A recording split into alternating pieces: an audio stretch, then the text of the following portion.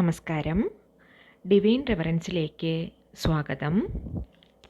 ഓം വരാഹി ദേവേ നമഃ. വരാഹി അമ്മയ്ക്ക് ഏറ്റവും പ്രധാനപ്പെട്ട വിശേഷപ്പെട്ട ദിവസമായ വരാഹി ആഷാഢ നവരാത്രി തുടങ്ങിക്കഴിഞ്ഞെന്ന് അറിയാമല്ലോ. 9 ദിവസവും അമ്മയ്ക്കായി പൂജ ചെയ്ത് പ്രാർത്ഥിച്ച് നമ്മൾ എന്ത് ആഗ്രഹിക്കുന്നുവോ അത് അമ്മയോട് കേട്ടാൽ അമ്മ നല്ല മനസ്സോടെ നമുക്ക് തരുന്നതാണ്. കലശം വച്ച് പ്രാർത്ഥിക്കാം. അതല്ല അതിനുള്ള ഒരു അറ്റ്മോസ്ഫിയർ ഇല്ലാത്തവർക്ക് കലശം വയ്ക്കാതെയും പ്രാർത്ഥിക്കാം. കുറച്ച് പേര് മെസ്സേജിൽ എനിക്ക് ചോദിച്ചിരുന്നു, എങ്ങനെയാണ് കലശം വയ്ക്കേണ്ടത്, അതിനെക്കുറിച്ചൊന്ന് പറഞ്ഞു കൊടുക്കാമോ എന്ന്.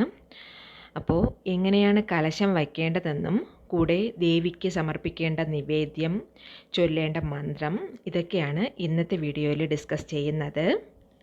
ഇപ്പം കലശം എന്നത് നമ്മൾ ആദ്യത്തെ ദിവസം വെച്ചാൽ 9 ദിവസവും ഒരേ സ്ഥാനത്ത് തന്നെ ഇരിക്കണം. അത് എടുക്കാനോ അതിൽ തൊടാനോ വേറെ ഒന്നും പാടുള്ളതല്ല.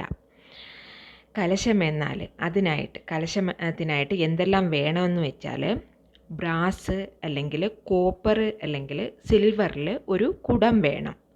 മൺകുടവും സ്റ്റീൽ കുടവും ഒന്നും ഉപയോഗിക്കരുത്. പിന്നെ അത് വയ്ക്കാനായിട്ട് ഒരു പ്ലേറ്റും വേണം. പിന്നെ അതിനുള്ളിൽ നിറയ്ക്കാനായിട്ട് കുറച്ച് പച്ചരി വാങ്ങി വയ്ക്കുക. കൂടെ ഇടാനായിട്ട് പച്ചക്കർപ്പൂരം, ഏലയ്ക്ക, ഒരു നാരങ്ങ എന്ന് വേണം അതിന് ഉള്ളിലായിട്ട് ഇടാനായിട്ട്. പിന്നെ ഒരു തേങ്ങ വേണം. അത് കുടുമയോട് കൂടിയ തേങ്ങ തന്നെ വേണം. പിന്നെ വെറ്റില കിട്ടുന്നവർക്ക് വെറ്റില എടുത്ത് വയ്ക്കാം. അതല്ല മാവില കിട്ടുന്നുണ്ടെങ്കിൽ മാവിലയും എടുത്ത് വയ്ക്കാം. ഇത്രയും സാധനങ്ങളാണ് കലശം വയ്ക്കുന്നവർക്ക് വേണ്ടത്. കൂടെ ഡ്രസ്സ് വേണമെന്നുണ്ടെങ്കിൽ ഒരേ ഒരു ഡ്രസ്സേ ആവശ്യമുള്ളൂ. കാരണം കലശം അനക്കാൻ പാടില്ല. അതുകൊണ്ട് ഇടയ്ക്ക് വെച്ച് ഡ്രസ്സ് മാറ്റാൻ പാടില്ല. ആദ്യത്തെ ദിവസം തന്നെ ദേവിക്ക് വസ്ത്രമൊക്കെ ചാർത്തി വയ്ക്കുക. പിന്നെ 2 മഞ്ഞൾ കഷ്ണങ്ങൾ വേണം. അതിൽ ഒന്ന് കലശത്തിനുള്ളിൽ അരിയോടൊപ്പം ഇടാനും മറ്റൊന്ന് മഞ്ഞൾ കളറ് ചരടുണ്ടല്ലോ, മഞ്ഞൾ കളറ് നൂലിൽ ഈ ഒരു മഞ്ഞ കഷ്ണം കെട്ടിയിട്ട് ദേവിക്ക് താലിയായിട്ട് സങ്കല്പിച്ച് കുടത്തിൻ്റെ കഴുത്തിൽ ചാർത്തി കൊടുക്കണം. മഞ്ഞ കളറ് ചരടില്ലാത്തവർ വെള്ള കളറ് ചരടിൽ മഞ്ഞൾപ്പൊടി തേച്ച് വെച്ചിട്ട് അതിനെ ഉണക്കിയെടുത്താൽ മതി.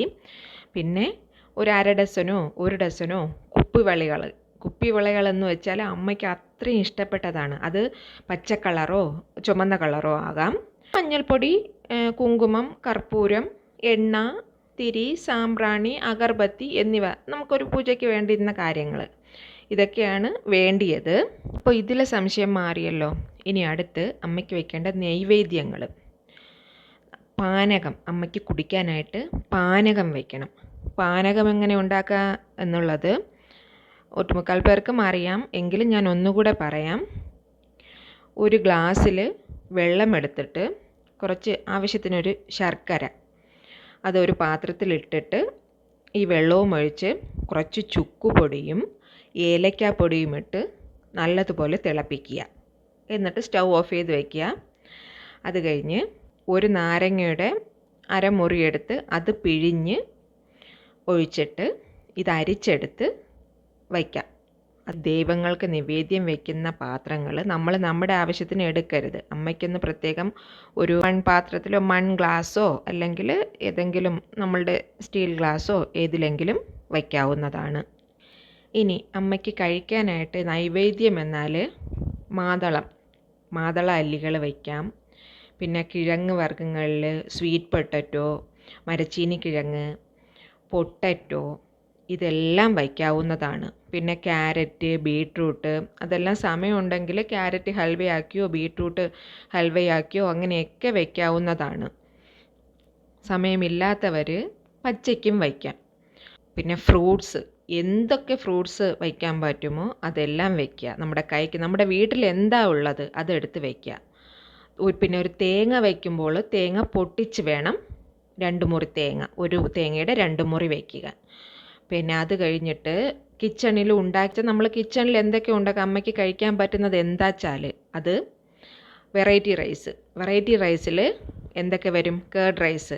കേർഡ് റൈസ് എന്നാൽ തൈര് സാപ്പാട്, ലെമൺ റൈസ്, പുളിസാപ്പാട്, ടാമറിൻ റൈസ്, സ്വീറ്റ് പൊങ്കൽ മധുരമുള്ളത്, കാരപ്പൊങ്കൽ നല്ല എരിവുള്ളത്, എള്ളുണ്ട വയ്ക്കാം, ഉഴുന്ന് വട ഉണ്ടാക്കി വയ്ക്കാം, ചുണ്ടൽ വയ്ക്കണമെന്നുള്ളവർക്ക് വയ്ക്കാം. ചുണ്ടൽ മീൻസ് നമ്മുടെ ചെറുപയർ അല്ലെങ്കിൽ കടലയൊക്കെ നല്ലതായിട്ട് വേവിച്ച് അത് വയ്ക്കാവുന്നതാണ്. മെയിൻലി തേന് എപ്പോഴും വയ്ക്കുക. കാരണം സ്വീറ്റ് പൊട്ടാറ്റോ മധുരക്കിഴങ്ങും മാതള അല്ലികളും അടർത്തിയിട്ടിട്ട് തേനൊഴിച്ചാണ് വയ്ക്കേണ്ടത്. അമ്മയ്ക്ക് അതാണ് ഏറ്റവും ഇഷ്ടം. പിന്നെ നെയ്യ് വേണം. അതായത് നമ്മൾ സാധം ചെയ്തിട്ട് ഈ വെറൈറ്റി റൈസ് ചെയ്തിട്ട് നമ്മൾ അതിൽ നെയ്യ് ഒഴിച്ച് കടുക് താളിക്കുന്നുണ്ടെങ്കിൽ പ്രത്യേകിച്ച് വേണ്ട.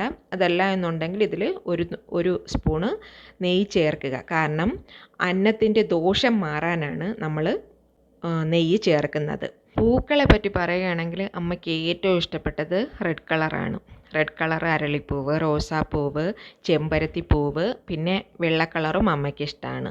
അത് മല്ലിപ്പൂവോ മുല്ലപ്പൂവോ പാരിജാതമോ എന്തായാലും വയ്ക്കാവുന്നതാണ്. ചില പേര് കേർഡ് റൈസ് വയ്ക്കുമ്പോൾ വെള്ളപ്പൂ കൊണ്ട് അമ്മയ്ക്ക് അർച്ചന നടത്താറുണ്ട്. അതുപോലെ തന്നെ ലെമൺ റൈസ് വയ്ക്കുമ്പോൾ മഞ്ഞ കളർ പൂ കൊണ്ട് അർച്ചന നടത്താറുണ്ട്. പിന്നെ ഇതിനേക്കാളെല്ലാം വിശേഷപ്പെട്ടത് കഴിഞ്ഞ വീഡിയോയിൽ പറഞ്ഞിരുന്നു, വൈറ്റ് ലോട്ടസ്. അത് കിട്ടുകയാണെങ്കിൽ നിങ്ങൾ അതിൽ തന്നെ ദീപം കൊളുത്തി വയ്ക്കുക. 9 ദീപമാണ് വയ്ക്കാവുന്നത് എന്നെല്ലാം പറഞ്ഞിരുന്നു. അതെല്ലാം അത് നോക്കി കണ്ട് ചെയ്യുക. പിന്നെ അമ്മയുടെ ഗായത്രി മന്ത്രം, അഷ്ടോത്തരം ഇതെല്ലാം ചൊല്ലാവുന്നതാണ്. അഷ്ടോത്തരം ചൊല്ലുമ്പോൾ 108 നാമങ്ങളും അമ്മയ്ക്ക് ഈ മല്ലിപ്പൂവോ മുല്ലപ്പൂവോ അത് വെച്ചിട്ട് 108 നാമങ്ങൾക്കും അർച്ചന നടത്താവുന്നതാണ്. ഇത്രയും കാര്യങ്ങൾ എല്ലാവർക്കും മനസ്സിലായെന്ന് കരുതുന്നു. ഇനി പറയുന്നത് അമ്മയുടെ ഒരു പവർഫുൾ ആയിട്ടുള്ള ഒരു മന്ത്രത്തെക്കുറിച്ചാണ്. ഒരു നാമം, വരാഹി അമ്മയുടെ ഒരേ ഒരു പേര്, അത് ചൊല്ലൂ, ജീവിതത്തിൽ നല്ല മാറ്റങ്ങൾ വരും. ഈ ഒരു പേര് എന്നാൽ ഹിന്ദവി, ഏത് തൊട്ടാലും ജയം എന്നാണ് അർത്ഥം. എല്ലാത്തിനും ഒന്നാമത് എത്തുന്നവൾ, അതാണ് ഹിന്ദവി. വരാഹി അമ്മയുടെ ഈ നാമത്തെ ചൊല്ലി എന്ത് കേട്ടാലും മനസ്സോടെ അമ്മ ചെയ്തു കൊടുക്കുന്നതാണ്. ഈ മന്ത്രം നിങ്ങൾ ഒന്ന് നോട്ട് ചെയ്ത് വെച്ചോളൂ. ആഷാഢ നവരാത്രിയിലെ 9 ദിവസവും അമ്മയുടെ ഈ നാമം ചൊല്ലി, ഈ മന്ത്രം ചൊല്ലി നമ്മൾക്ക് പ്രാർത്ഥിക്കാവുന്നതാണ്. ഫലം ഇരട്ടിയായി കിട്ടുന്നതാണ്. എപ്പോൾ വേണമെങ്കിലും, ആഷാഢ നവരാത്രി എന്നല്ല, ഏത് പ്രതിസന്ധി ഘട്ടത്തിലായാലും ശരി, ഈ നാമം ചൊല്ലി, ഈ മന്ത്രം ചൊല്ലി അമ്മയെ വിളിച്ചാൽ അമ്മ ഒരിക്കലും നമ്മളെ കൈവിടുകയില്ല. ജയമാർന്ന പവർഫുള്ളായിട്ടുള്ള മന്ത്രം ഇതാണ്. ശ്രീം വരഹിന്ദവീ നമഃ. ശ്രീം വരഹിന്ദവീ നമഃ. ശ്രീം വരഹിന്ദവീ നമഃ. ശ്രീം വരഹിന്ദവീ നമഃ. ശ്രീം വരഹിന്ദവീ നമഃ. ശ്രീം വരഹിന്ദവീ നമഃ. ശ്രീം വരഹിന്ദവീ നമഃ. ശ്രീം വരഹിന്ദവീ നമഃ. ശ്രീം വരഹിന്ദവീ നമഃ. ഈ മന്ത്രം 307 തവണയാണ് ജപിക്കേണ്ടത് മാത്രമല്ല, എഴുതണം. ഇതൊരു നോട്ടിൽ എഴുതണം, മറക്കരുത്. 307 തവണ.